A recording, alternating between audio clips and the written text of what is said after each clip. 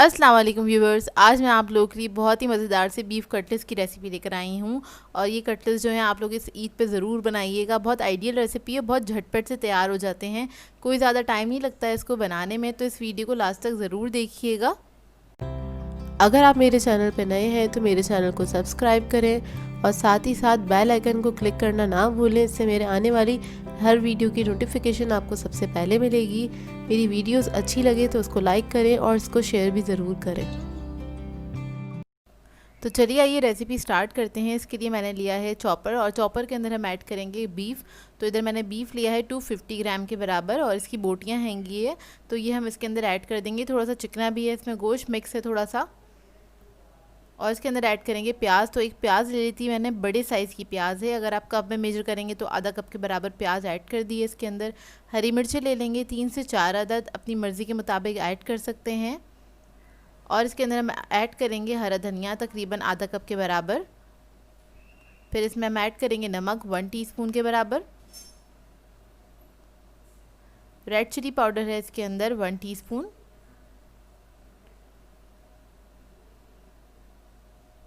गरम मसाला ऐड करेंगे इसके अंदर 1 टीस्पून। बहुत सिंपल सी रेसिपी है ये।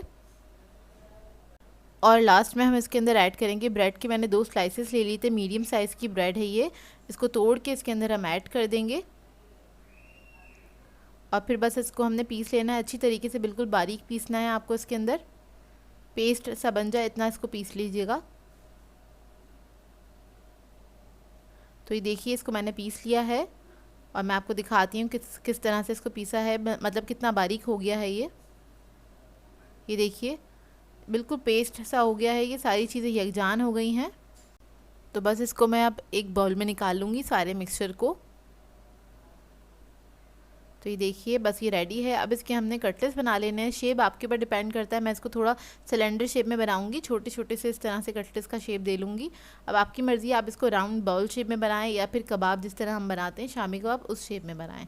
तो देखिए इस तरह से आप लोगों ने बना लेने हैं। ये बना के एक साइड पर हम रखते जाएंगे प्लेट के अंदर। तो ये सारे कटलेट्स मैंने रेडी कर लिए हैं। अब हम इसकी कोटिंग करेंगे। इसके लिए हमें अंडा चाहिए। अंडा मैंने लिया है 1 अदद, और अंडे में हम इसको पहले डिप करेंगे, उसके बाद ब्रेड क्रम्स लगा देंगे। अच्छी तरीके से ब्रेड क्रम्स लगा दें, और इसकी हम डबल कोटिंग करेंगे ताकि इसकी कोटिंग अच्छी हो और ये क्रिस्पी रहे ऊपर से अच्छे से।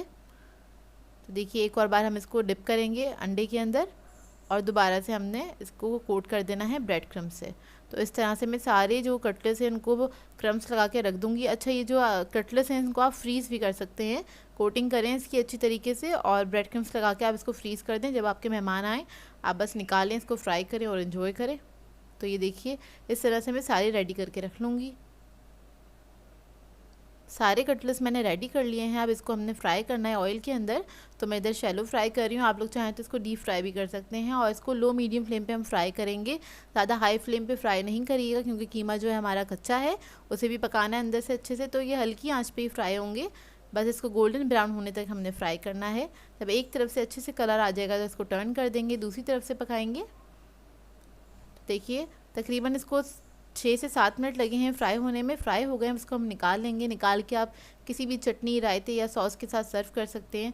तो ये देखिए बहुत ही मज़ेदार बनते हैं, आप लोग ट्राई ज़रूर कीजिएगा। और इस रेसिपी को इस ईद पे ट्राई करें तो एक पिक्चर मेरे साथ इंस्टाग्राम पे ज़रूर शेयर कीजिएगा, मुझे टैग कर दिया करें जब भी आप लोग बनाया करें कोई भी चीज़ मेरी रेसिपी से। तो ये देखिए मैं आपको तोड़ के दिखाती हूँ। बहुत जूसी रहते हैं ये, और बहुत ही मज़ेदार बनते हैं। बहुत यूनिक सा टेस्ट है इसका, आप लोग बनाएंगे तो आप लोगों को पता चलेगा। तो ये देखिए